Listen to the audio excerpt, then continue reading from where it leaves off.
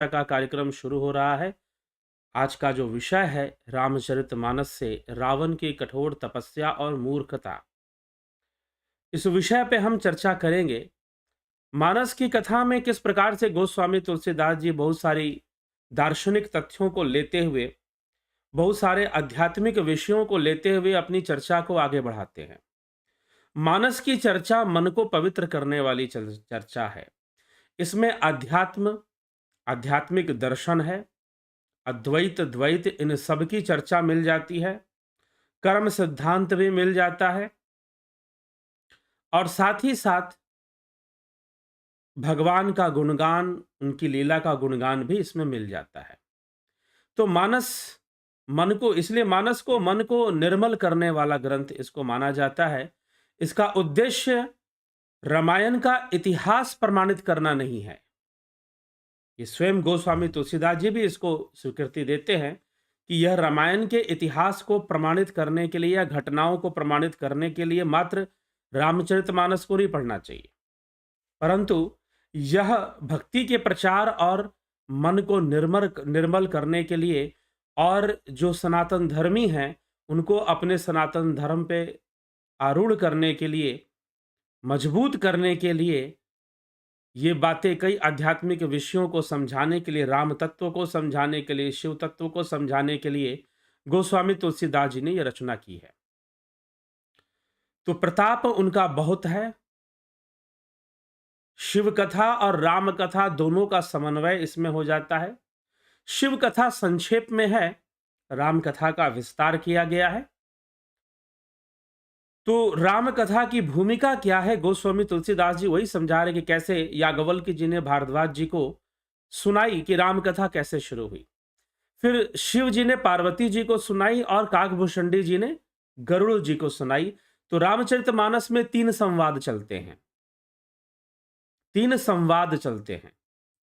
तो शिव की महिमा है और उन्हीं के मुखारबिंद से वो राम कथा के सबसे पहले वक्ता हैं, भगवान शिव। इसीलिए उनकी अपरंपार महिमा को भी गोस्वामी तुलसीदास जी शिव कथा को भी इसमें लिख देते हैं। अभी जो आप बैकग्राउंड देख रहे हैं, जहां पर मैं आपको बैकग्राउंड जो है मेरे वीडियो का, ये जो वीडियो लाइव सेशन चल रहा है, इस लाइव वीडियो का जो बैकग्राउंड है, आप देखो कि एक मंदिर है। एक मंदिर बना हुआ है झील के बीच में। यह कहां का मंदिर है, क्या आप लोग जानते हैं? अगर कोई जानते हैं तो कृपया कमेंट करके बताएं कि आप इस मंदिर के विषय में जानते हैं। अगर आपको पता हो तो यह अत्यंत सुंदर मंदिर कहां बना हुआ है? यदि आपको पता हो तो पता होना चाहिए। हमें अपनी संस्कृति और भारतीय सनातन संस्कृति का वर्चस्व कहां कहां तक था, यह भी पता होना चाहिए। तो यह मंदिर इंडोनेशिया के उलून दानू मंदिर के नाम से प्रसिद्ध है। यह एक शिव मंदिर है। इसमें एक बौद्ध स्तूप भी है और भी देवी देवताओं के मंदिर इसमें पाए जाते हैं। ये एक स्तूप का ये मंदिर है। तो लेकिन यह शिव मंदिर है विशेष रूप से।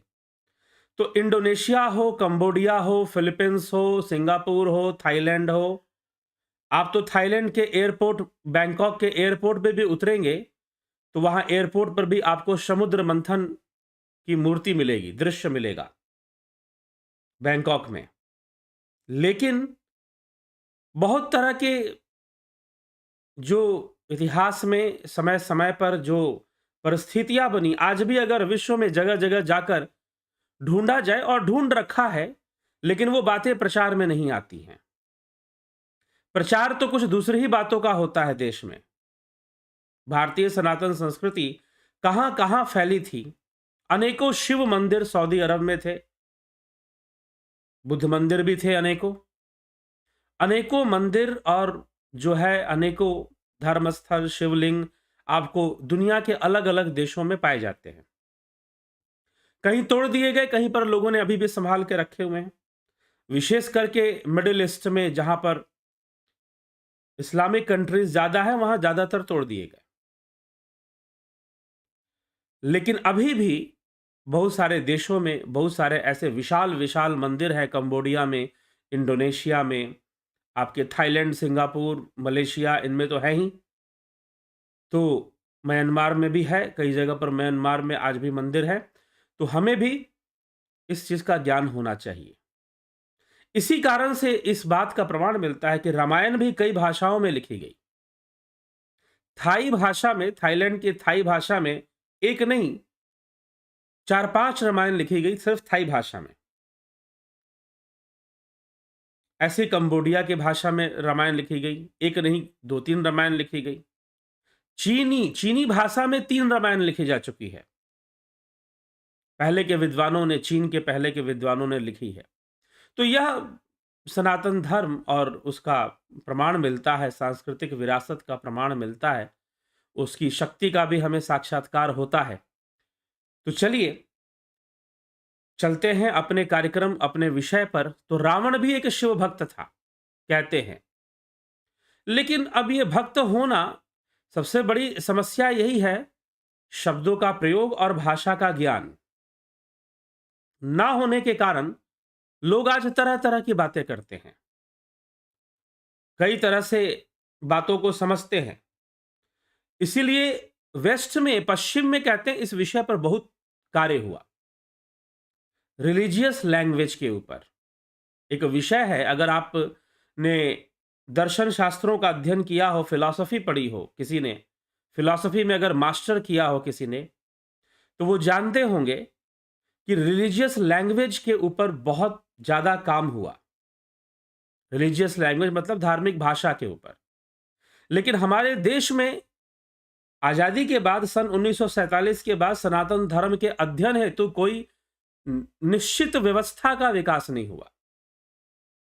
जो व्यवस्थाएं विकसित हुई वो बिल्कुल वैसे ही थी जिनके लिए गोस्वामी तुलसीदास जी लिखते हैं, मार्ग सोई जाकेऊ जो भावा, पंडित सोई जो गाल बजावा, मिथ्यारंभ दम्भ रति जोई, ताकेऊ संत कहे सब कोई।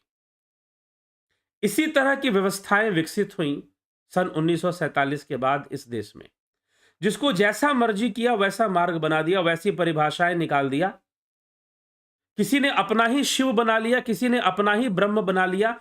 शब्द तो शास्त्रों के प्रयोग किए, शब्द तो शास्त्रों के प्रयोग किए, पुराणों से शब्द उठा लिए, लेकिन विचारधारा अपनी थोप दी, अपने मन से कुछ भी बना दिया और प्रचार कर लो। आप प्रचार कर लीजिए, आजकल प्रचार के बहुत सारे साधन हैं। प्रचार कर लीजिए, अपने विषय को इतना सरल रखिए कि कोई लोग आपसे जुड़ जाए और आपका अनुयायी बनने के लिए किसी भी कीमत पे तैयार हो जाए। तो ये समस्या आगे बढ़ती है, इस तरह की समस्याएं चलनी शुरू हो जाती हैं। तो वही समस्या हुई और अर्थों का अनर्थ हुआ। हमने कभी इस बात पर कोई अनुसंधान नहीं किया कि क्या ईश्वर और गॉड एक ही चीज है? क्या जिसे क्रिश्चियनिटी में, क्रिश्चियनडम में, क्रिश्चियनडम जो उस समय, जो कार्ल मार्क्स से जो मेटेरियलिज्म स्टार्ट हुआ था, उन सभी ने क्रिश्चियनिटी को क्रिश्चियनडम का नाम दिया था, मतलब क्रिश्चियनवाद। इसके नाम पर लोगों का शोषण होता था। पाप पुण्य की परिभाषाएं देकर लोगों का शोषण किया जाता था। उसमें आप हत्या भी कर दे, अगर आप ईसाई मत के प्रचार के लिए हत्या भी कर देते हैं तो वो पाप नहीं है, that is will of God. लेकिन यदि आप ईसाई मत का विरोध करके लाखों लोगों की जान भी बचा ले तो आप महापापी सिद्ध हो जाएंगे, क्योंकि आप गॉड में विश्वास नहीं करते, आप चर्च में विश्वास नहीं करते। तो गॉड और ईश्वर में क्या फर्क है, ये हमने कभी अनुसंधान नहीं किया। गॉड और भगवान में क्या फर्क है, गॉड और देवता में क्या फर्क है, सबको हमने एक कर दिया और फिर कंफ्यूजन क्रिएट हो गया, बहुत बड़ा संशय क्रिएट हो गया, बहुत बड़ा जो एक संदेहात्मक माहौल बन गया। और उससे हम ये समझने लगे कि परमात्मा और गॉड तो एक ही चीज होती है। फिर परमात्मा और अल्लाह को भी एक चीज लोगों ने माना। लेकिन अगर शास्त्र सम्मत भाषा का अनुसंधान किया जाए, लैंग्वेज रिसर्च किया जाए, शब्दों का अर्थ निकाला जाए कि शब्दों का विकास कैसे हुआ है। परमात्मा शब्द आत्मा से परम उपसर्ग जुड़कर परमात्मा हो गया है। वो आत्मा ही है, उसमें परम उपसर्ग जुड़कर परमात्मा हो गया है। तो इस प्रकार से जैसे मित्र है, मित्र से परम मित्र हो जाता है। इसलिए आत्मा परमात्मा के भेद को आदि शंकराचार्य ने नहीं माना है। तो परिभाषाएं कैसी मिलने लगी, परिभाषाओं में परिवर्तन आ गया, शब्द तो वही थे लेकिन परिभाषाएं बदल गई। तो पश्चिम में जब ये समस्या आई, मॉडर्न फिलोसोफर जो थे, दार्शनिक जो थे, उन्होंने इस विषय पर काम करना शुरू कर दिया कि हमें सही सही शब्दों की परिभाषा निकालने की जरूरत है, क्योंकि जो भाषा का विकास था वो ईसाई धर्म से बहुत पहले ही हो चुका था। बहुत पहले से अरस्तु, प्लेटो और सुकरात जैसे बहुत बड़े बड़े दार्शनिक, पाइथागोरस जैसे बहुत बड़े दार्शनिक और वैज्ञानिक हो चुके थे। उन्होंने भी भाषा का प्रयोग किया था, लेकिन भाषा का गलत प्रयोग होने के कारण अर्थ का अनर्थ होने लग जाता है और लोग इस विषय पर बिल्कुल ध्यान नहीं देते। ध्यान देना चाहिए कि वास्तव में आज के समय में जरूरी है, यदि हम चाहते हैं कि अपने सनातन धर्म को अच्छे से समझे, तो हमें यह समझना पड़ेगा कि कैसे ईश्वर को परिभाषित किया जाता है, कैसे गॉड को किया जाता है। उनकी भाषा में वो शब्द कैसे निकला है वो हमें जानना पड़ेगा, नहीं तो अर्थ का अनर्थ हो जाएगा। भक्ति क्या है? भक्ति क्या है? रावण बहुत बड़ा भक्त था, लेकिन भक्त होने की शर्तें क्या है? कैसे कोई भक्त हो सकता है? तो रावण को हम भक्त मान ले, रावण तपस्वी था, यह बात बिल्कुल निश्चित है। कठोर तपस्या उसने की थी। दो दो बार उसकी तपस्या का प्रमाण मिलता है शास्त्रों में। तो रावण कौन था और क्यों रावण का की चर्चा आई? तो रामचरितमानस में गोस्वामी तुलसीदास जी बताते हैं कि प्रताप भानु मृत्यु के बाद रावण बनता है। ऋषियों के श्राप से वो रावण बनता है, फिर भी उसे वरदान मिलता है कि वो प्रभु श्री हरि के हाथों ही उसका वध होगा और उसका ये जन्म आखिरी जन्म, उसे मुक्ति मिल जाएगी हमेशा के लिए, यह भी वरदान मिलता है। ये देखकर ऋषियों ने, ब्राह्मणों ने, कि उसकी गलती नहीं है, वह तो किसी ढोंगी गुरु के चक्कर में पड़ गया, पाखंडी गुरु के। तो गुरु, इसीलिए तो गोस्वामी तुलसीदास जी ने कहा कि बिछुरत एक प्राण हर लेहि, मिलत एक दुख दारुण देहि, उपजहि एक संग जगमाही, जरत जोग जिमि गुण बिलगाही, बंदव संत असज्जन चरना, दुख प्रद उभय बीच कछु बरना। मैं संतों और असंतों दोनों के चरणों को प्रणाम करता हूं। तो क्या जो पाखंडी गुरु हैं, क्या वो किसी को ज्ञान नहीं देते? जी हां, ज्ञान तो उनसे भी मिलता है। ज्ञान मिलता है अंत में उनके पाखंड का, कि ऐसा भी होता है, यह हमें पता होना चाहिए। और रही बात ज्ञान का स्रोत, तो कोई भी बन सकता है, तो कोई पाखंडी गुरु ज्ञान का स्रोत कैसे नहीं बन सकता है? तो रामचरितमानस का यह मुख्य विषय होने के कारण कल हमने इस विषय पर चर्चा की विशेष चर्चा की। चिंतन करने की आवश्यकता है, मनन करने की आवश्यकता है। अब यह भी बड़ा कठिन काम है, सत्य है। मुझे किसी एक जिज्ञासु ने, एक सब्सक्राइबर ने मुझसे प्रश्न किया कि यह बड़ा कठिन काम है कि किसी गुरु को कैसे पहचाना जाए कि वो पाखंडी है कि नहीं, कैसे पहचाना जाए? यह बड़ा मुश्किल है। क्या जितने भी संत हैं या भगवा वेश धारण करते हैं वो पाखंडी होते हैं? ऐसा भी नहीं है। उनमें ब्रह्मज्ञानी भी कोई हो सकता है, निश्चित ही हो सकता है। लेकिन हम कैसे पकड़ें कि वो पाखंडी है कि नहीं? सबसे पहली बात यह कि जहां पर गुरु ने कह दिया कि बेटा मुझे छोड़कर कहीं और ज्ञान लेने जाएगा तो तू पापी हो जाएगा, तुझे बहुत भयंकर पाप लगेगा और नरक जाके भोगेगा, यही पाखंड शुरू हो गया। दो चार डायलॉग पकड़ लीजिए,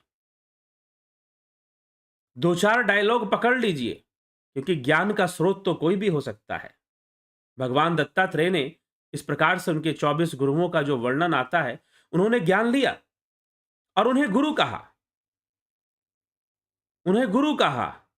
गणिका ने अपने आप को गुरु नहीं कहा, दत्तात्रेय ने गणिका को अपना गुरु कहा। नदी ने अपने आप को गुरु नहीं कहा, भगवान दत्तात्रेय ने नदी को अपना गुरु कहा। इस विशेष विषय को हम समझेंगे तो जहां पर गुरु डम आ गया, क्रिश्चियन डम की बात हुई थी यूरोप में, जब ये गुरु डम आ जाता है, आपको पूरी तरह से बंधक बनाने की कोशिश होती है और ऐसी ऐसी बातें कि आप बिल्कुल लकीर के फकीर बनकर आज्ञा की पालना ही करते रहें और कुछ सोचे ही ना, आपकी सोच समझ बिल्कुल बंद कर दी जाए। और आपको लगने लग जाता है कि अरे अब तो मुझे साक्षात भगवान मिल चुके हैं, अब तो मुझे साक्षात परम शक्ति से मेरी प्राप्ति हो गई है। वो गुरु जी ऐसा विश्वास दिला देंगे जैसे कि उस शत्रु राजा ने साधु का वेश धारण कर कर प्रताप भानु को छल लिया और उसे विश्वास दिला दिया कि मैं तो सृष्टि में सबसे पहला मानव हूं जन्म लेने वाला, मैं एक तनु हूं, मेरा तन नष्ट नहीं हुआ, लाखों वर्ष हो गए, मैं अभी तक भी जीवित हूं,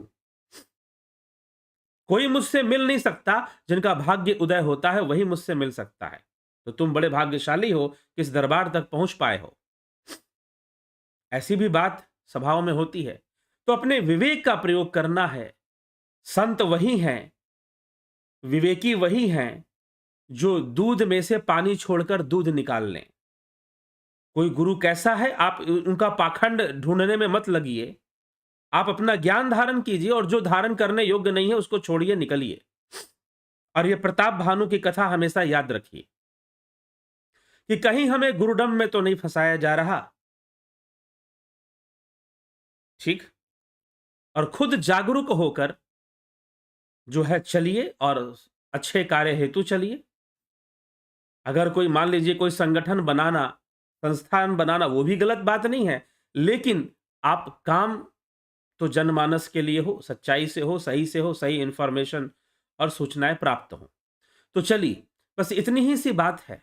हम अपना विवेक जागृत रखें, बाकी किसी को जबरदस्ती, इसीलिए कल किसी ने कोई नाम मुझसे पूछा, मैंने कहा कि मैं इस विषय में किसी भी के विषय में नाम लेकर नहीं कह सकता कि फलाना व्यक्ति पाखंडी था या फलाना व्यक्ति गलत था। तो आप अपना विवेक चक्षु अगर खुला रहेगा तो फिर दिक्कत क्या है? अगर अपना विवेक चक्षु खुला रहेगा तो फिर कोई दिक्कत नहीं आने वाली। आप जहां भी गलत देखोगे वहां से निकल लोगे। जो सही है उसे ग्रहण कर लो और जो गलत है उसे छोड़ दो। ये आपका विवेक होना चाहिए। किसी को हम मार्क नहीं कर सकते कि भाई फलाने व्यक्ति पाखंडी हैं और फलाने व्यक्ति बहुत सतगुरु है। जी नहीं, जहां मार्किंग हो रही है वहीं और समस्या आ जाएगी। क्योंकि एक बहुत विशेष सिद्धांत, बहुत विशेष दर्शन गोस्वामी तुलसीदास जी ने रामचरितमानस में समझाया है। विधि प्रपंच गुण अवगुण साना। ये जो संपूर्ण संसार है, जो प्रपंच है, ये गुण अवगुण से सना हुआ है। हो सकता है कि कोई पाखंडी गुरु जो पाखंडी के नाम पे प्रसिद्ध हो गए हैं, उन्होंने भी बहुत अच्छे काम किए होंगे और उन्होंने अच्छे ज्ञान भी दिया होगा। आप अच्छे ज्ञान को धारण कीजिए और उनके अच्छे कार्यों की प्रशंसा कीजिए।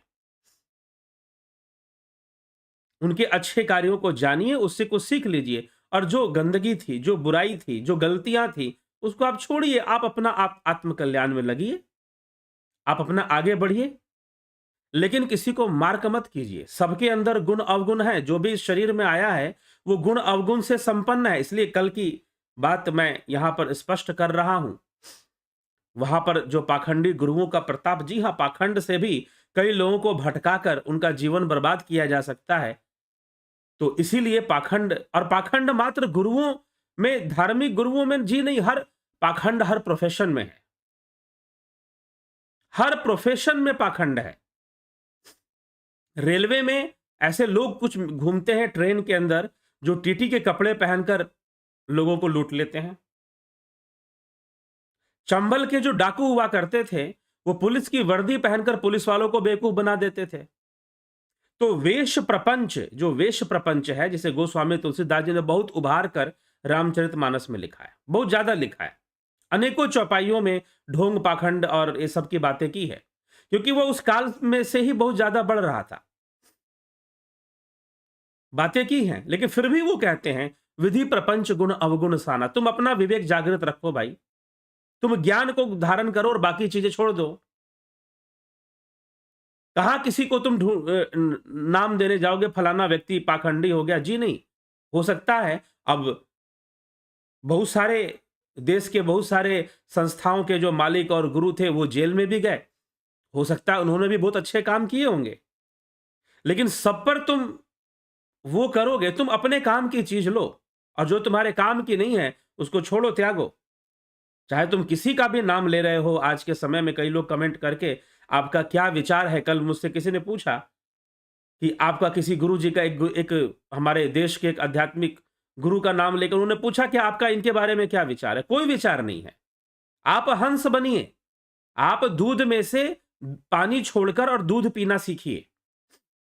आप कुएं का मेंढक मत बनिए, सबके पास जाइए। चाहे कोई अली मौला करके नाच रहे हो, चाहे कोई कुछ भी कर रहे हो, आप छोड़िए। जो वहां पर गलत चीज है उसको क्रिटिसाइज कीजिए, और जो अच्छी चीज है उसको ग्रहण कीजिए, उसको स्वीकार कीजिए। अपना विवेक जागृत रखिए, और अपने आप को, अगर धर्म के प्रचार के कार्य में लगना है तो उसमें भी अपने विवेक से उसमें लगिए। नहीं तो ये संपूर्ण संसार तो गुण अवगुण से सना हुआ है। आप अपने विवेक से जागृत होकर अच्छाई को ग्रहण कीजिए और बुराई का त्याग करते रहिए।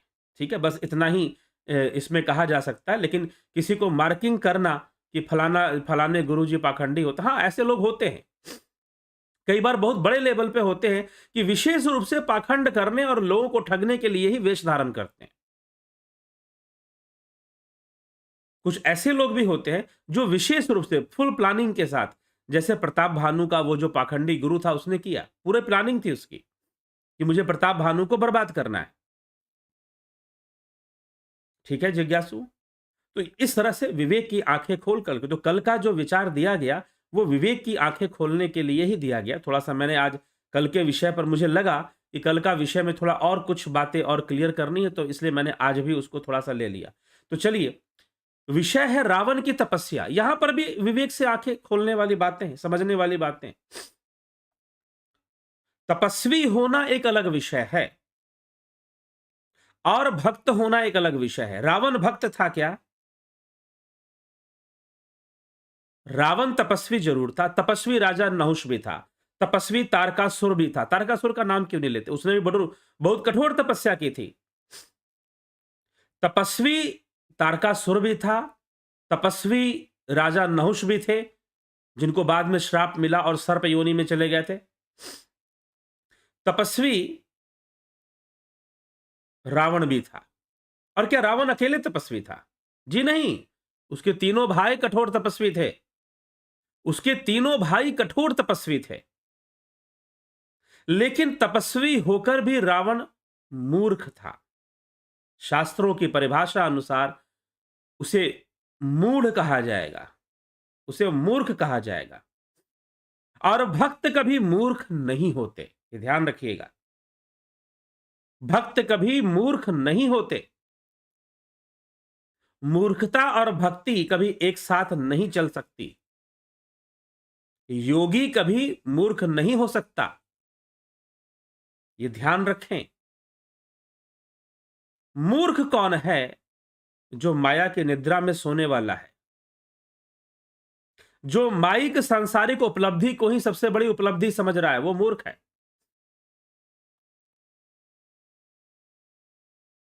वो मूर्ख बन रहा है, माया के द्वारा उसे ठगा जा रहा है। माया जग ठगनी कहा है, माया को ठगनी कहा, माया को नागिन कहा, मिथ्या कहा। गोस्वामी तुलसीदास जी बार बार असत्य रूप में मान रहे हैं। तो ये हमें समझने की आवश्यकता है। तो रावण ने क्या किया कि इसकी मूर्खता प्रमाणित होती है? क्या किया उसने? इतनी कठोर तपस्या करने के बाद भी ऐसा क्या घटना घटी? सांसारिक रूप से वो बुद्धिजीवी था, कुशाग्र बुद्धि था, लेकिन ऐसे लोग होते हैं जो बहुत इंटेलेक्चुअल होकर भी मूर्ख होते हैं। उपजे जदपि पुलस्त्य कुल पावन अमल अनूप, तदपि महेश्वर श्राप बस भय सकल अघरूप। यद्यपि वो पुलस्त ऋषि के पवित्र निर्मल और अनुपम कुल में ही उत्पन्न हुआ था रावण, तथापि ऋषियों के श्राप के कारण वे सब पाप रूप ही उत्पन्न हुए। किन्न विविध तप तिनहु भाई, परम उग्र नहीं बरनि सो जाई, गयउ निकट तप देखि विधाता, मागहु बर प्रसन्न मैं ताता। तीनों भाइयों ने, जो तीन भाई हुए, कौन कौन से तीन भाई? रावण, कुंभकर्ण और विभीषण जी। इन तीनों भाइयों ने कठोर तपस्या की। प्रताप भानु स्वयं रावण बना, उसका छोटा भाई अरिमर्दन कुंभकर्ण बना, और उसका जो मंत्री था वही सौतेला भाई विभीषण बना। अब तीनों भाइयों ने कठोर तपस्या की। किन्न विविध तप तिनहु भाई, तीनों भाइयों ने कठोर तपस्या की, जिसका वर्णन नहीं किया जा सकता। उनका तप बहुत ही कठोर था, बहुत ही उग्र तप किया तीनों ने, सब कुछ त्याग दिया तीनों ने और तपस्या में लग गए। और उनकी बहुत ही उग्र तपस्या को देखकर जो विधाता है, जो ब्रह्मा जी हैं, वो प्रसन्न हुए। जो ब्रह्म देव है, जो सृष्टि के देवता है, सृष्टि भाव रूप है, वो प्रसन्न हो गए और प्रसन्न होकर उन तीनों से कहा कि मैं तुम्हारी तपस्या से प्रसन्न हूं, तुम वरदान मांगो, तुम वर मांगो, तुम्हें क्या चाहिए। कर बिनती पद गही दस शीशा, बोले बचन सुनहु जगदीशा, हम काहू के मरही न मारे, बानर मनिज जात दुई बारे। रावण ने विनय करके चरण पकड़ के ब्रह्मा जी से कहा कि कोई मुझे मार न सके। यद्यपि ब्रह्मा जी उसे समझाते हैं कि भाई ऐसा तो संभव नहीं है कि कोई तुम्हें मार ही ना सके, ऐसा कैसे संभव हो सकता है। ठीक, तो उसने विनती कर बिनती पद गही दस शीशा, बोले वो बचन सुनहु जगदीशा, हम काहू के मरही न मारे, बानर मनुज जाति दुई बारे। मुझे कोई मार ना सके, पहले तो उसने यही वरदान मांगा, लेकिन ब्रह्मा जी ने कहा कि भैया ये तो संभव नहीं है। जो भी इस शरीर को धारण करता है उसे इस शरीर का त्याग करना पड़ता है। सृष्टि में ये तीन स्थितियां बनती हैं, सृष्टि, स्थिति और प्रलय। सृष्टि होती है, परिवर्तन आते हैं और फिर प्रलय होता है। ये होना है। मृत्यु तुम्हारी निश्चित है भैया, तुम बचोगे नहीं, कोई नहीं बचता। फिर जब श्री विष्णु अवतार धारण करते हैं तो वो भी इसी सिद्धांत का पालन करते हैं। कर्म का सिद्धांत प्रमाणित होता है, इसीलिए भगवान विष्णु को कई श्राप मिले। अर्थात उनका जो अवतार है, उनका जो जन्म हो रहा है, वो कर्म सिद्धांत के अंतर्गत ही हो रहा है। देवी माता तुलसी से भी उनको श्राप मिल गया, नारद जी ने भी उनको श्राप दे दिया। फिर उन्होंने कई लोगों को वरदान दे दिया कि भाई तुम्हारी तपस्या के वशीभूत मैं तुम्हारे घर में जन्म लूंगा। कश्यप और अदिति को वरदान दे दिया। इस प्रकार से भगवान विष्णु ने कई लोगों को वरदान दे दिया और कई लोगों के श्राप उनको लग गए। तो कर्म का सिद्धांत तो उनके जन्म के पीछे काम कर ही रहा है। तो कर्म के सिद्धांत के अनुसार ही उनको शरीर धारण करना है। बिना कर्म का आधार लिए इस प्रकृति में कोई चीज नहीं है, कोई वस्तु नहीं है, कोई व्यक्ति नहीं है बिना कर्म का आधार लिए। सब कुछ कर्मों के आधार पर ही चल रहा है। और रामचरितमानस अपनी इस कथा से यही प्रमाणित कर रही है कि बिना किसी आधार के कैसे आ जाएंगे, श्राप लेना पड़ेगा अपने ऊपर, वरदान भी देना पड़ेगा, तब जाकर ये घटना घट रही है। रावण भी उसी कर्म सिद्धांत के अंतर्गत है, लेकिन रावण चाहता है कि मैं मरूं ही ना। ब्रह्मा जी समझाते यह संभव नहीं है। तब रावण कहता है कि ठीक है, यदि यह संभव नहीं है, यह विधाता का ऐसा कोई नियम नहीं है, तो हे जगदीश्वर सुनिए, हम काहू के मरही न मारे, वानर मनुज जाति दुई बारे। वानर और मनुष्य इन दो जातियों को छोड़कर हम और किसी के मारे न मरे। ब्रह्मा जी ने कहा एव मस्तु तुम बड़ तप किन्ना, मैं ब्रह्मा मिलिते ही बर दिन्ना, पुनि प्रभु कुंभकर्ण पही गयऊ, ते ही बिलो की मन विस्मय भयऊ। तब जो था, ब्रह्मा जी किसके पास गए? ब्रह्मा जी कुंभकर्ण के पास गए और कुंभकर्ण से कहा कि भाई तुमने भाई कठोर तपस्या की है। तुम उसी कठोर तपस्या को देखकर उन्हें बड़ा आश्चर्य हुआ। जो एहि खल नित करब आहारु, होई ही सब उजारी संसारु, सारद प्रेरी तासु मत फेरी, माघे सी निद माश हटकेरी। जो ये दुष्ट नित्य आहार करेगा तो सारा संसार ही उजाड़ हो जाएगा। ब्रह्मा जी कहते हैं कि ब्रह्मा जी ने सरस्वती जी को प्रेरणा करके उसकी बुद्धि फेर दी और उसने 6 महीने की नींद मांगी। 6 महीने की नींद मांगी कि 6 महीने में सोऊं तो 6 महीने सो। और इस प्रकार से अब एक बात यहां पर विचार करने योग्य बात है, सुनिए ध्यान से, इस कथा का जो मुख्य विषय है वह यह है कि 3 लोगों ने कठोर तपस्या की, 3 भाई हैं, तीनों का जन्म ऋषि कुल में हुआ है, लेकिन राक्षस हैं। अब जो है राक्षस क्यों? क्योंकि राक्षसी के गर्भ से, कैकसी के गर्भ से जन्म हुआ, इसलिए माना गया राक्षस। अब जो तीनों भाई हैं उन्होंने कठोर तपस्या की, गुण कर्म, अपने गुण कर्म से भी राक्षस थे, अपने गुण कर्म से भी राक्षस जैसी ही प्रवृत्तियां थी इनकी, तामस देह माना गया। तो अब जो है तीनों ने कठोर तपस्या की और तीनों को बराबर मौका मिला। तो सबसे अधिक विचार करने वाला तथ्य है यहां पर कि तीनों ने बहुत कठोर तपस्या की और तीनों को वरदान मांगने का बराबर मौका मिल रहा है, लेकिन फिर भी तीनों अलग अलग चीजें मांग रहे हैं। जिनकी जैसी बुद्धि है, जिनका जैसा विवेक है, वैसा वो मांग रहे हैं। अब तीनों का तपस्या तीनों की है, मौका बराबर तीनों को मिला है। ठीक वैसे जैसे आपसे कोई सरकार कहते मांग लो जो मांगना है, दे दिया जाएगा। नौकरी मांग लो, घर मांग लो, मौका सबको मिल सकता है। जैसे रावण को मौका आज मिला है, रावण ने जो तपस्या करेगा उसे मौका मिलेगा। रावण ने कठोर तपस्या की, कुंभकर्ण ने कठोर तपस्या की और विभीषण ने भी कठोर तपस्या की। ब्रह्मा जी प्रकट हुए, तीनों के लिए प्रकट हुए, तीनों को अलग अलग वरदान दे रहे हैं, तीनों से अलग अलग पूछ रहे हैं कि भाई तुम मांगो, तुम्हें क्या मांगना है, जो मांगना है मांग लो। मिलने के लिए तैयार है।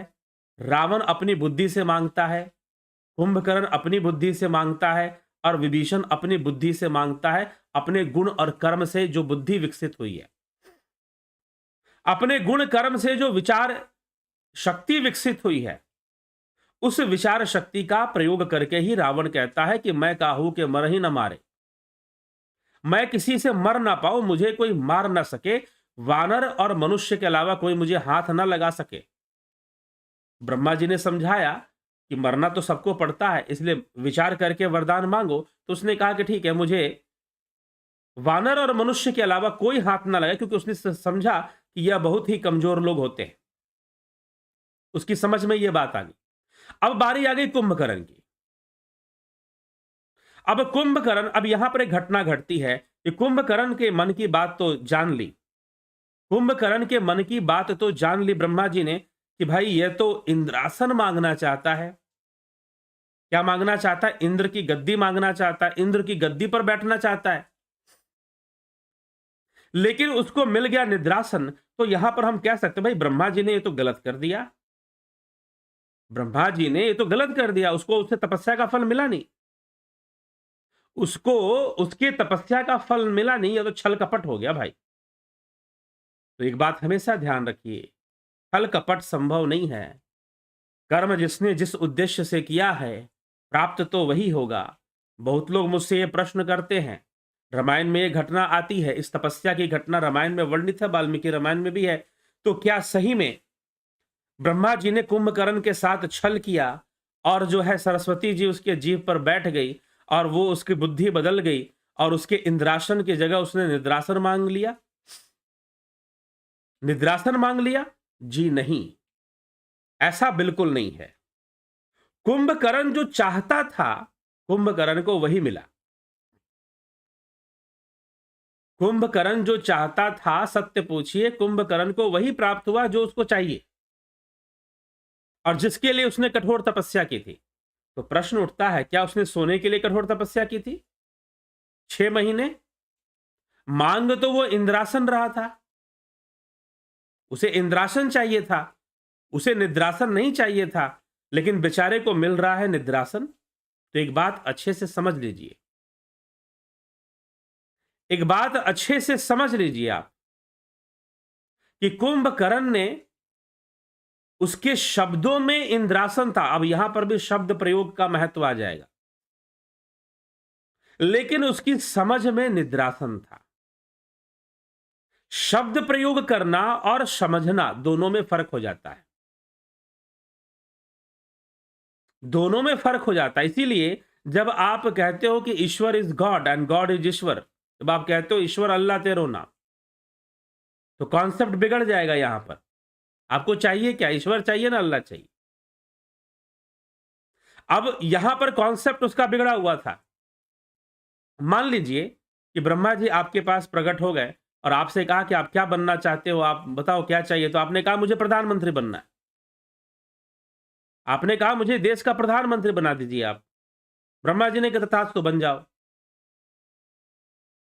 आपको वरदान मिल गया, प्रधानमंत्री बन गए। लेकिन आपने प्रधानमंत्री शब्द का प्रयोग किया, आपने प्रधानमंत्री शब्द का प्रयोग किया, लेकिन क्या आप जानते हैं प्रधानमंत्री कौन होता है, क्या करता है, उसका कार्य क्या है?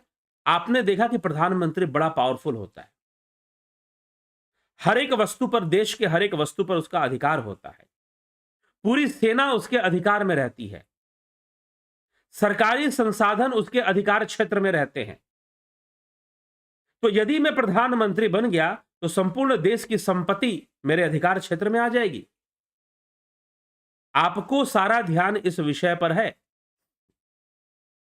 लेकिन प्रधानमंत्री के ऊपर बहुत बड़ा कर्तव्य भी होता है। प्रधानमंत्री के हाथ में बहुत बड़ी जिम्मेदारी भी होती है।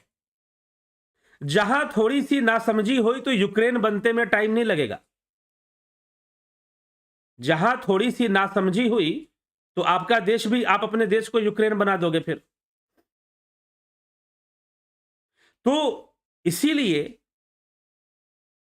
यह समझना, तो ब्रह्मा जी को यह समझ थी कि इसके मन में भावना क्या है और ये बोल क्या रहा है। ये बोल तो रहा है कि मुझे इंद्रासन चाहिए, लेकिन इंद्र की गद्दी पर बैठ के ये करना क्या चाहता है? ये अप्सराओं का नृत्य देखना चाहता है और ये बड़े मदिरा पीना चाहता है और मदिरा पीकर गद्दी पर बैठकर बस आराम करना चाहता है, ये ऐश करना चाहता है। जो इंद्र की गद्दी पर बैठता है उसे इंद्र की गद्दी पर बैठकर कर्तव्य भी निभाने पड़ते हैं। देवराज बनना, देवराज कहलाना सिर्फ एक पदवी नहीं है, बहुत बड़ी जिम्मेदारी है, बहुत बड़ी जिम्मेदारी है। तो इतने जिम्मेदार पद को ये मांग तो रहा है, लेकिन इसकी भावना नहीं है। इसकी सोच समझ जो है वो कर्तव्य निभाने की नहीं है, इसकी सोच समझ है ऐश करने की। इसे तो स्वर्ग की अप्सराएं पसंद है, इसे तो स्वर्ग का सुख वैभव और आराम की जिंदगी पसंद है। इसे कोई जिम्मेदारी नहीं निभानी, इसे कोई कर्तव्य की पालना नहीं करनी है। इसको कर्तव्य विमूढ़ व्यक्ति है, मात्र भोगों में लिप्त, भोग में समाये रहना चाहता है। इसलिए जाओ भैया, तुम तो माया की नींद में सोना चाहते हो तो तुम्हें निद्रासन ही दिया जाएगा। तो कुंभकर्ण जो मांगना चाहता था, कुंभकर्ण को मिला वही है। यह मत सोचिएगा कि उसके साथ ब्रह्मा जी ने छल कर दिया, जी नहीं। ब्रह्मा जी ने कुंभकर्ण के साथ कोई छल नहीं किया। कथाओं में यह प्रताप लिखा गया कि भाई कुंभकर्ण इंद्रासन मांग रहा था, लेकिन भावना कर्तव्य की नहीं थी। हां, यदि आप प्रधानमंत्री बनने का वरदान मांगते हैं और आप देश की सेवा करना चाहते हैं, आप समाज की सेवा करना चाहते हैं, क्योंकि वह पद निश्चय ही किसी तपस्वी व्यक्ति के लिए हो सकता है जो अनेकों कष्ट सह सकता है, जैसे अनेकों विष पी सकता है। जैसे शिव जी ने समुद्र मंथन से जब विष निकला तो भगवान शिव ने धारण किया। एक सही नेतृत्व वही कर सकता है जो विष पान करने की क्षमता रखता हो। एक सही में नेतृत्व वही व्यक्ति कर सकता है जो विष पान करने की क्षमता रखता हो, जो मान अपमान को सहज भाव से ग्रहण कर ले और किसी के प्रति कोई प्रतिक्रिया भी ना दे। ना अपमान से वो खुद में अपमानित हो और ना मान से उसके अंदर अहंकार आए, ना धन का लोभी हो। कर्म फल का सिद्धांत समझे कि बुरे कर्मों का बुरा नतीजा ही आता है। ऐसे समझने वाला व्यक्ति ही राष्ट्र का नेतृत्व करना चाहिए, जो तपस्वी प्रवृत्ति का हो और विष को धारण करने की क्षमता रखता हो।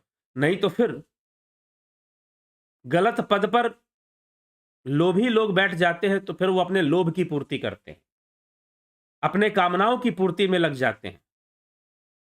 और फिर बहुत तरह की दुर्व्यवस्थाएं, बहुत तरह की गलत चीजें समाज में होनी शुरू हो जाती है, और ऐसा हुआ है।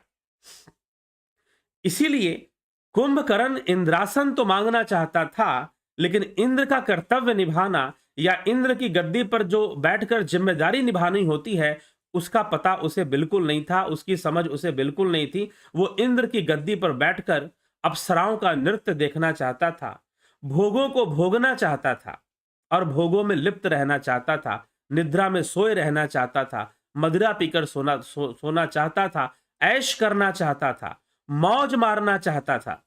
ब्रह्मा जी ने कहा कि बेटा ले मौज मार, निद्रा से बड़ा मौज क्या, नींद से बड़ा आनंद क्या, जा तू 6 महीने तक सोया रहा।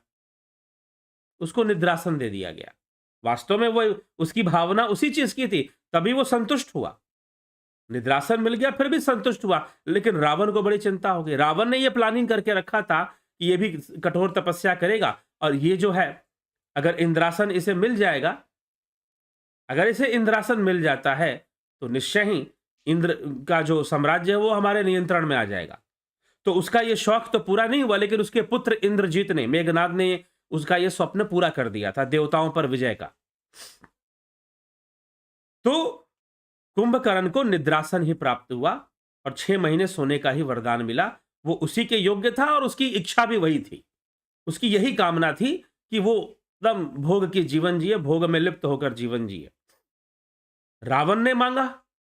अब देखिए, 3 लोग हैं, अपनी अपनी बुद्धि विवेक से मांग रहे हैं। अब अवसर आता है विभीषण का। विभीषण के पास जाकर ब्रह्मा जी कहते कि तुम भी मांगो कुछ, तुमने भी कठोर तपस्या की है। लेकिन आप देखिए, कठोर तपस्या विभीषण जी ने भी की है, कठोर तपस्या विभीषण जी ने भी की है, लेकिन कोई भी व्यक्ति विभीषण जी को तपस्वी का नाम नहीं देता कि विभीषण जी हाँ, रावण बड़ा तपस्वी था। इस चीज का खूब मार्केटिंग होती है। उतनी ही कठोर और उग्र तपस्या विभीषण जी ने भी की है। और सच पूछिए तो लंका में रहते हुए विभीषण जी ने मात्र तपस्या ही की है, रावण के संग। और उस माहौल में भी अपने आप को बचा के रखना बुराइयों से, अपने आप को बुराइयों से बचा के रखना, यह विभीषण जी की कठोर तपस्या का प्रमाण है। कि लंका के अंदर जब हनुमान जी गए और विभीषण जी से मिले, तो जैसे कोयले की खान में कोई हीरा चमक गया हो। लेकिन किसी ने विभीषण को कुछ गलत नाम दे दिया, घर का भेदी लंका डाहे किसी ने लिख दिया। तुलसीदास जी ने नहीं लिखा, बाद के कुछ कवियों ने लिख दिया, किसी ने कुछ लिख दिया, और ये भूल गए कि विभीषण जी ने भी कठोर तपस्या की थी, और शायद रावण से भी ज्यादा कठोर तपस्या की थी, क्योंकि उनकी तपस्या निष्काम थी। विभीषण की तपस्या निष्काम थी। 3 लोग हैं और तीनों ने मांगा, तीनों की बुद्धि, तीनों को बराबर का मौका मिला। देखिए, तीनों ने तपस्या की, तीनों को बराबर का मौका मिला, तीनों ने वरदान भी मांगा, और जो भावना थी वो मिला भी। लेकिन फिर भी रावण की हालत क्या हो गई? 1 लख पूत 1.25 लख नाती, ता रावण घर दिया न बाती। इतनी कठोर तपस्या करने के बाद, जिन्होंने सही से अध्ययन किया है रामायण और पुराणों आदि का, वो जानते हैं, और जिन्होंने सही से अध्ययन नहीं किया, मात्र इधर उधर की बातें और कुछ नेता टाइप के लोग जो बोल देते हैं, बड़े बड़े मुंह है, माइक बड़े बड़े आजकल लगते हैं, लोग बोल जाते हैं कि रावण बहुत बड़ा भक्त, बहुत बड़ा तपस्वी था, लेकिन मूर्ख था। और मूर्ख कभी भक्त नहीं हो सकता। मूर्ख और भक्ति दोनों एक साथ नहीं चल सकती है। इसलिए योगी के विषय में, भक्ति के विषय में अपनी धारणा को बदल दीजिए, अपनी धारणा बदल दीजिए। रावण के विषय में भी धारणा बदल दीजिए। अब एक बात बताइए कि विभीषण जी से ब्रह्मा जी कहते हैं कि चलो मांगो, तुम भी कुछ मांग लो, तुमने भी तपस्या की है। तो गोस्वामी जी लिखते हैं, गए विभीषण पास पुनि, कहे वो पुत्र बर मांगो, ते ही मांगे वो भगवंत पद कमल अमल अनुरागु। ब्रह्मा जी से मांगा तो उन्होंने कहा कि मुझे बस भगवान के चरण कमलों की निर्मल और निष्काम भक्ति दे दीजिए। न धनम न जन्म न च सुंदरी कविताम व जगदीश कामये। मम जन्म जन्मस्या, मुझे जन्म जन्म की भक्ति प्रदान कीजिए। अहेतुकी भक्ति, अहेतुकी भक्ति मुझे मिलनी चाहिए, निष्काम भक्ति मुझको दे दीजिए। ब्रह्मा जी ने कहा तथास्तु। अरे इतना कठोर तपस्या क्या यही मांगने के लिए किए थे? इतना बड़ा मौका मिला था विभीषण को, मांगना चाहिए था पूरी पृथ्वी का साम्राज्य, पूरी पृथ्वी का साम्राज्य मांग लेता। आखिरी मौका तो, जिसको आखिरी मौका मिला वो सबसे ज्यादा भाग्यशाली था, क्योंकि उसने सुन लिया रावण ने क्या मांगा, कुंभकर्ण ने क्या मांगा। वो उनसे भी बड़ी चीज, सांसारिक चीज मांग लेता, लेकिन विभीषण ने नहीं मांगा। विभीषण ने कहा कि मुझे प्रभु चरणों में मेरा जो अनुराग है, धर्म में मेरी जो आस्था है, वो हमेशा बनी रहे और मुझे कुछ नहीं चाहिए। मुझे योग दीजिए, भक्ति दीजिए, वो भी निष्काम भक्ति दीजिए, और मुझे कुछ भी नहीं चाहिए।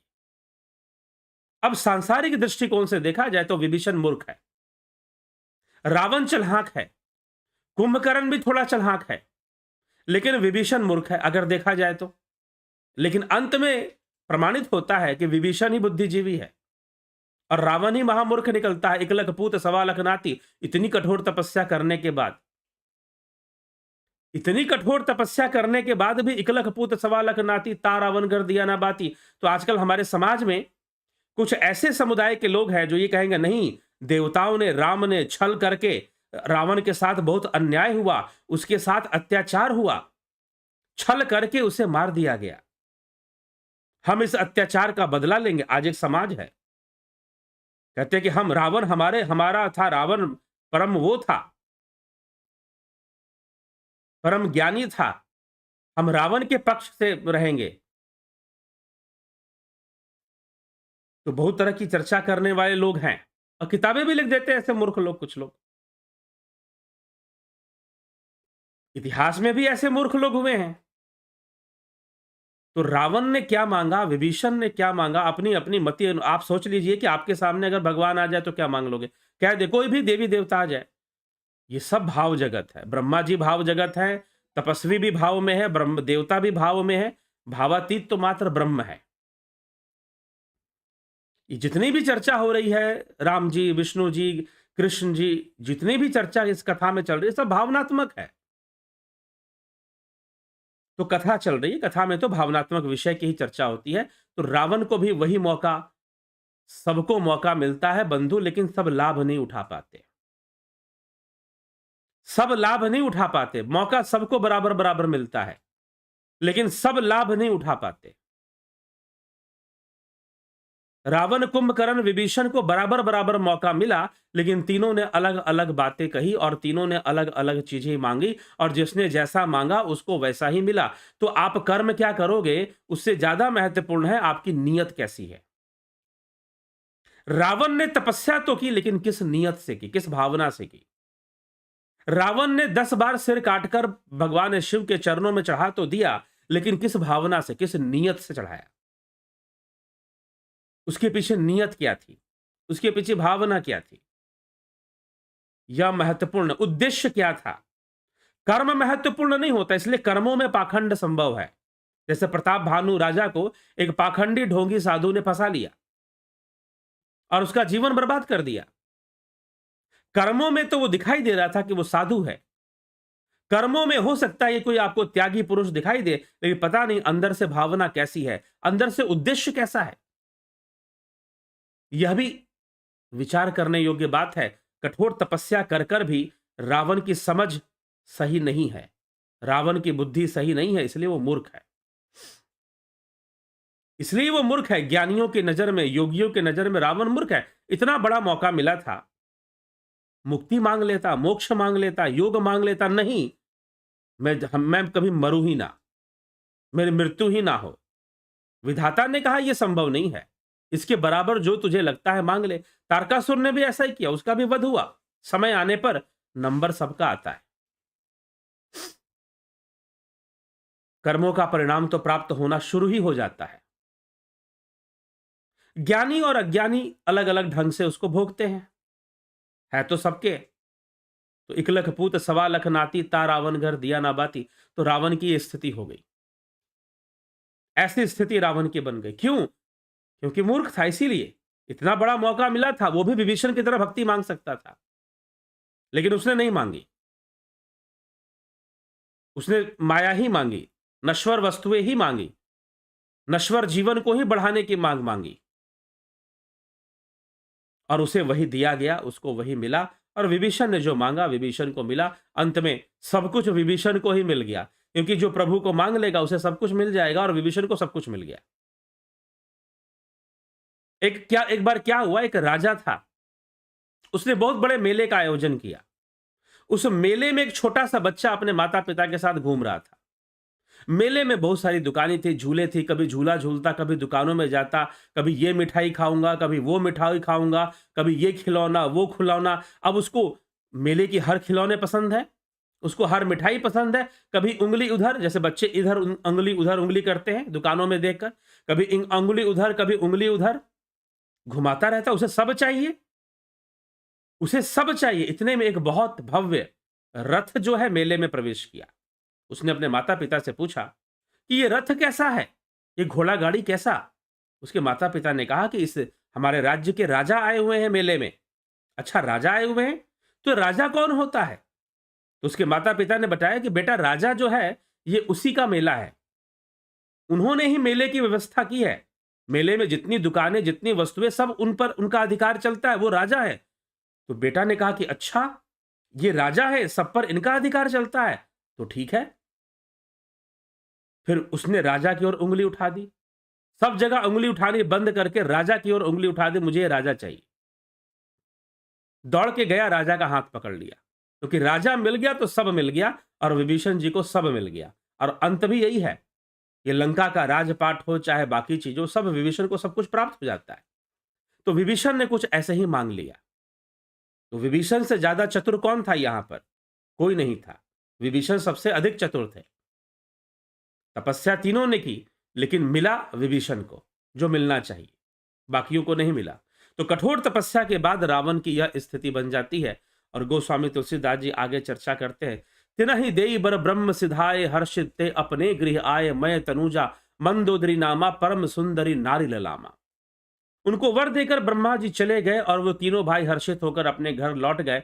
और उस समय मय दानव की मंदोदरी नामक एक कन्या थी, जो परम सुंदरी थी और स्त्रियों में शिरोमणि थी।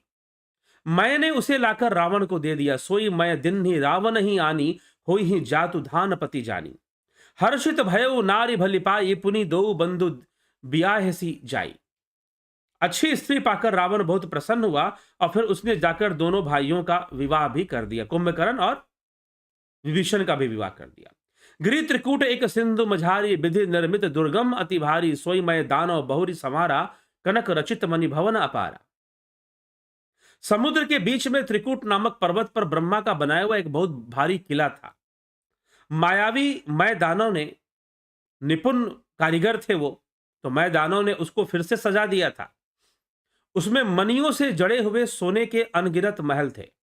अब यहां पर एक और आप देखिएगा कि मय को यहां पर दानव कहा जा रहा है और रावण को राक्षस कहा जा रहा है। दानव और राक्षस में क्या फर्क है?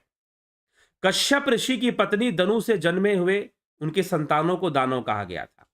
राक्षस जो मनुष्यों और राक्षसों से या फिर दैत्यों से जो संतानें उत्पन्न होती थी, उनको राक्षस माना जाता था।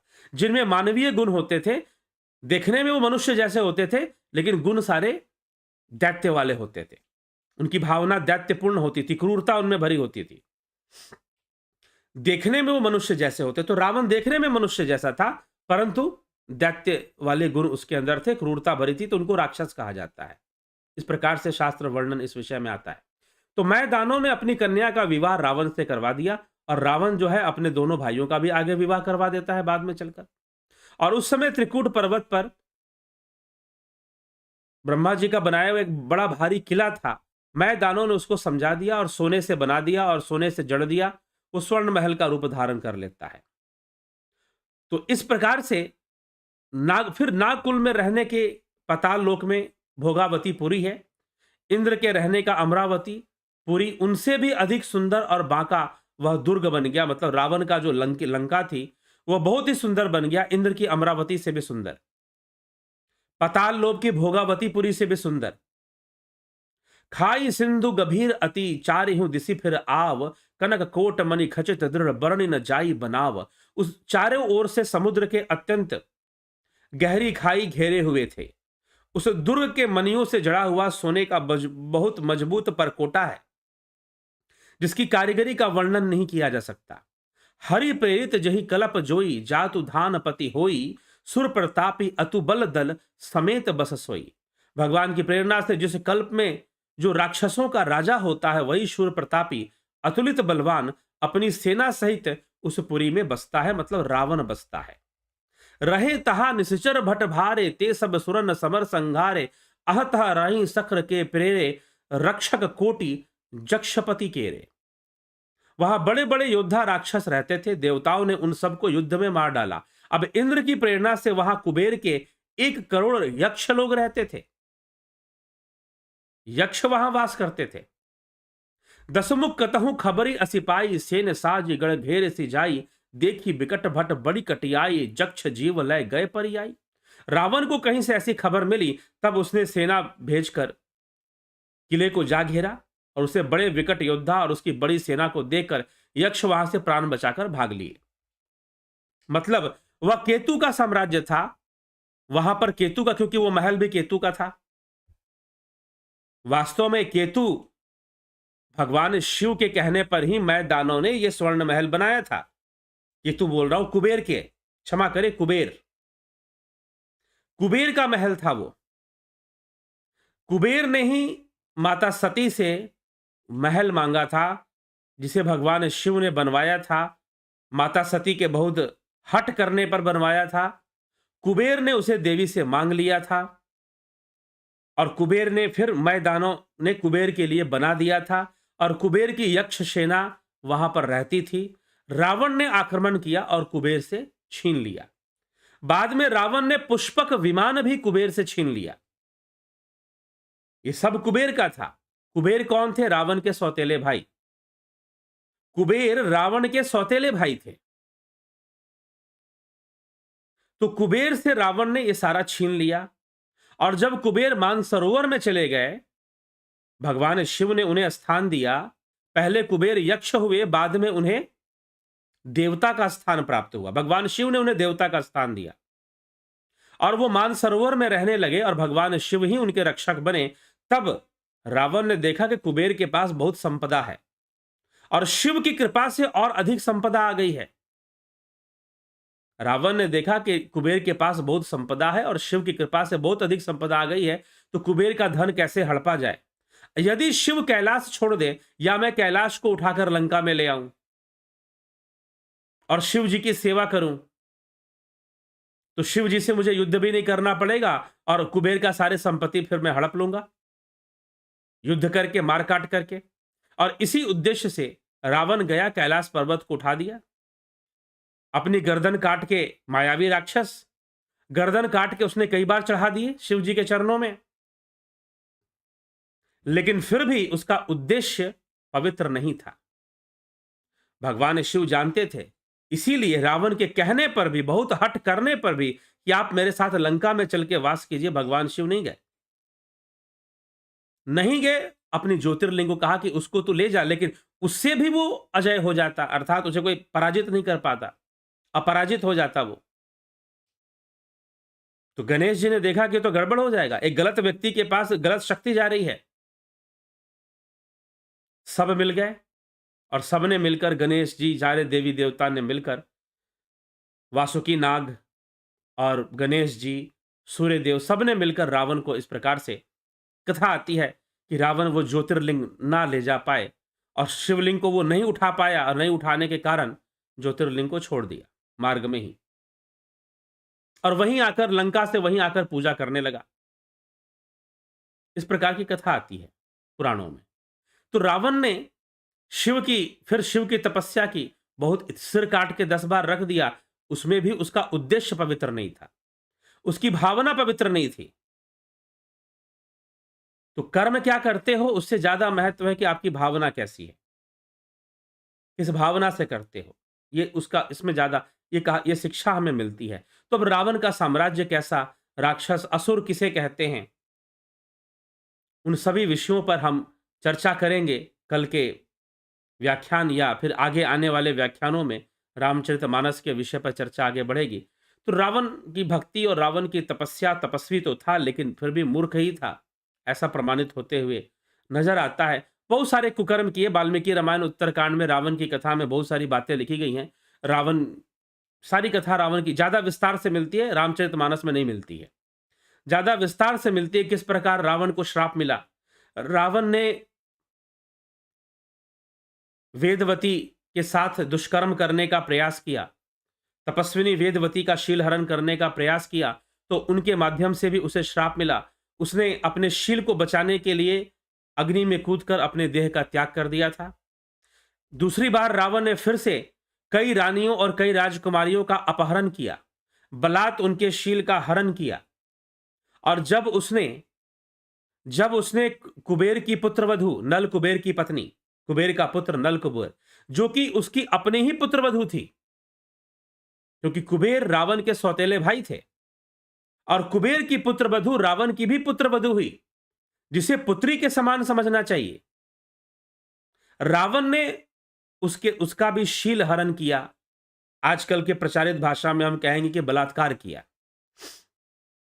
तो जब उसका शील हरण रावण ने किया, तो उस समय नल कुबेर की पत्नी, जो कि रंभा अप्सरा थी, उसने श्राप दिया रावण को कि आज के बाद किसी भी स्त्री को उसके मर्जी के बिना अगर तू स्पर्श करेगा, उसके साथ बलात् किसी भी तरह का संबंध बनाने की तू कोशिश करेगा, तो तू उसी समय जलकर भस्म हो जाएगा।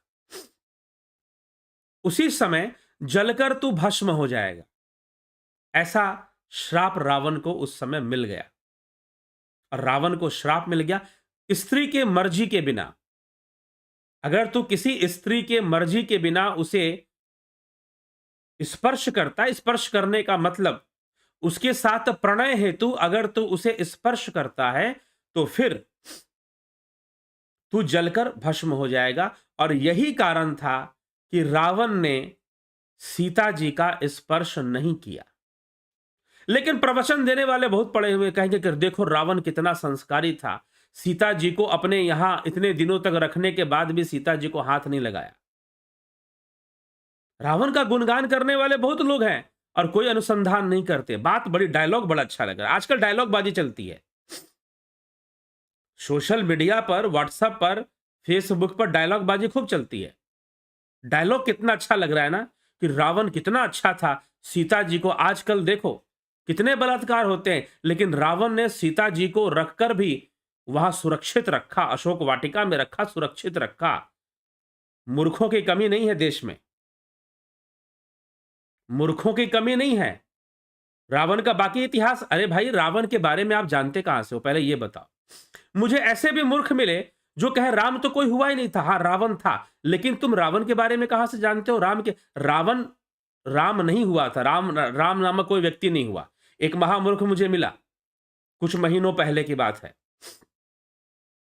तथाकथित अपने आप को कम्युनिस्ट कह रहा था। वो बोला कि रावण हुआ था, रावण सच्चा व्यक्ति था, लेकिन राम झूठा चरित्र है, राम नामक कोई व्यक्ति नहीं हुआ। ऐसे उसने, मैंने कहा कि रावण के बारे में कहां से जानते हो? रामायण से। तो राम के बारे में भी तो वहीं से जानते हो भाई, रामायण से। तो रावण झूठा और राम झूठे और रावण सच्चा कैसे हो जाएगा फिर? या तो दोनों को झूठा मानो, बोलो कि पूरा रामायण ही झूठी है, ये कहो, या फिर तो कहो ही मत कि रावण सच्चा और राम झूठे। तो मूर्खता की कोई सीमा नहीं होती है। मूर्ख हृदय न चेतिए, गोस्वामी तुलसीदास जी ने खुद चौपाइयों में लिखा है, मूर्खता की कोई सीमा नहीं होती है। तो ऐसे ऐसे लोग हैं हमारे देश में जो व्यर्थ का गुणगान करते हैं कि रावण ने सीता जी को स्पर्श भी नहीं किया, लेकिन उसके पहले जो उसने कर्म कर रखे थे उसको कौन गिनाएगा? तो इसीलिए कठोर तपस्या करते हुए भी रावण ने मात्र भोगों के लिए, माया के लिए, नश्वर संसार के लिए ही कठोर तपस्या की और उसी को मांगा भी तो इतनी कठोर तपस्या करके उसी को मांगा। तो इस कारण से रावण बहुत बड़ा तपस्वी था लेकिन मूर्ख था, यही बात प्रमाणित होती है। तो चलिए इसी के साथ हम आगे बढ़ते हैं। मित्रों, मैं ये की बात क्यों कह रहा हूं, क्योंकि मैं भी एक समय पर आज से लगभग 10-15 साल पहले मैं भी रावण को बड़ा भक्त मानता था कि रावण बहुत बड़ा भक्त था और रावण ने बहुत कठोर तपस्या की थी, क्योंकि मैंने भी बहुत शास्त्रों का गहन अध्ययन नहीं किया था। हालांकि पुराणों के विषयों पर वैसे भी गहन अध्ययन मैं नहीं करता हूं। तो रावण कठोर तपस्या तो से तपस्वी तो उसे मान ही सकते हैं, भक्त भी था, लेकिन भक्त होना बहुत अलग विषय है, तपस्वी होना थोड़ा अलग विषय है। किस उद्देश्य से तपस्या कर रहा है? अगर भक्ति के उद्देश्य से कर रहा है तो भक्त है, तो भक्त नहीं है। ठीक है?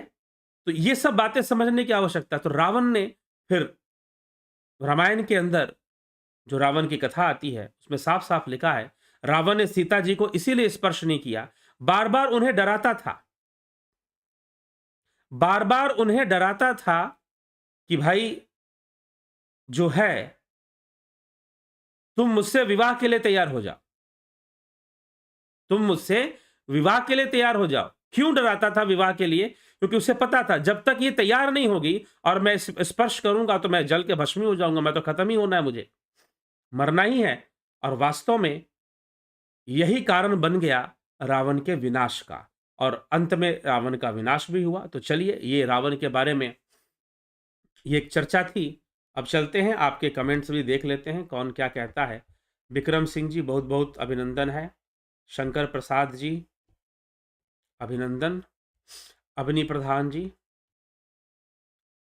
गौरव विक्रम सिंह और गौरव जी बहुत अभिनंदन। माधुरी Kolhe ji, Yash Seth ji, Vindeshwari Mishra, Saroj Sahu, Bislal Bahadur Singh, Ramesh Peshwani, Vinod Kesud, Raju Pal, Ruplal Vishwakarma, Rachna R K, Ram Vilas ji, Kanhai Kumar, Ratan Singh, Satish sir, best friends, Jalaram Rayka, सबका बहुत अभिनंदन है।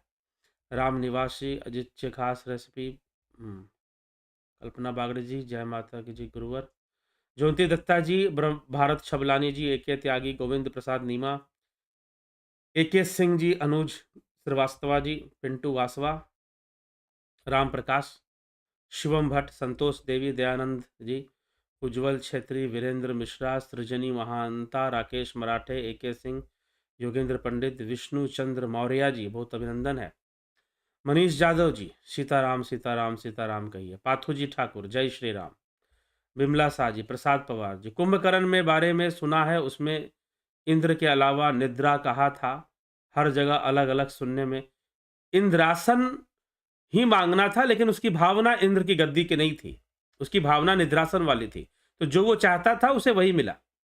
वैम्पायर गेमिंग, बबीता धीमान, हरीश ढंगवाल, बिकू खुचाडिया, रविशंकर चौहान, आप पूरी चीजें अच्छे से बताते हैं, काफी साधना है जो गहरी बातें सरलता से समझाते हैं। चलिए, अभिनंदन है आपका बहुत। प्रसाद पवार जी, पवार, मनीष जादव जी, पंकज सोनी, नरेंद्र मौर्य, अशोक माली, स्मिता सावंत जी, स्मिता सावंत, माई स्टडी, शिव और शंकर में भी डिफरेंस है, बताएं। नहीं जी, किसने कहा? तत्व रूप में डिफरेंस माना जाएगा, वैसे डिफरेंस नहीं माना गया। बलवंत सिन्हा, कुछ संस्थाएं बताती हैं शंकर का अर्थ भी मंगल होता है, शिव का अर्थ भी मंगल होता है। Balwant Singh Gohil, Chandreshwar Pandey ji, Vinita Agarwal, Rambha was so gifted to give curse to Ravana, then how she could fall prey to his serial attack? How to understand it? Rambha was so gifted,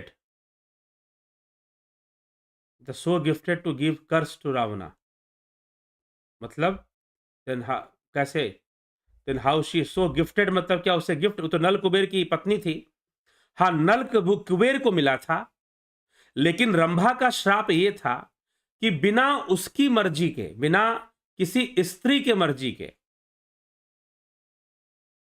ठीक है, बिना किसी स्त्री के मर्जी के अगर उसके साथ कोई जोर जबरदस्ती करता है रावण, तो वो भस्म हो जाएगा।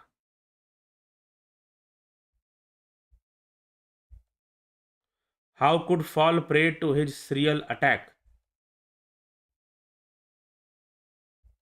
ठीक, अच्छा, सेक्सुअल अटैक, ठीक है, ठीक है, ठीक।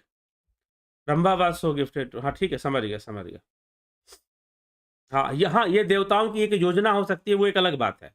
लेकिन रंभा ने यही कहा कि तुमने बिना मेरी मर्ज़ी के बलात् मेरे ऊपर इस तरह से अटैक किया है, तो आज के बाद तुम ये काम नहीं कर पाओगे। आज के बाद बिना किसी स्त्री की मर्ज़ी को तुम स्पर्श करते हो, तुम्हें श्राप लगेगा और तुम भस्म हो जाओगे। और यही कारण से रावण ने कभी कोशिश नहीं की सीता जी को अशोक वाटिका में रहा, डरा-धमकाकर विवाह के लिए तैयार करने की कोशिश करता रहा। राकेश चंद्र शर्मा जी, संदीप मिश्रा जी, बहुत-बहुत अभिनंदन है आप सभी का। इसी के साथ चलते हैं, विराम देते हैं आज की इस चर्चा को। कल फिर मिलते हैं 9 बजे लाइव चर्चा में। ध्यान योग का कोर्स शुरू होने वाला है 14 मार्च से, प्राकृतिक चिकित्सा का भी। आप प्राकृतिक चिकित्सा ज्वाइन करना चाहते हैं तो ज़रूर ज्वाइन कीजिए और इसका पूरा-पूरा लाभ उठाइए। बहुत-बहुत आभार आप सभी का।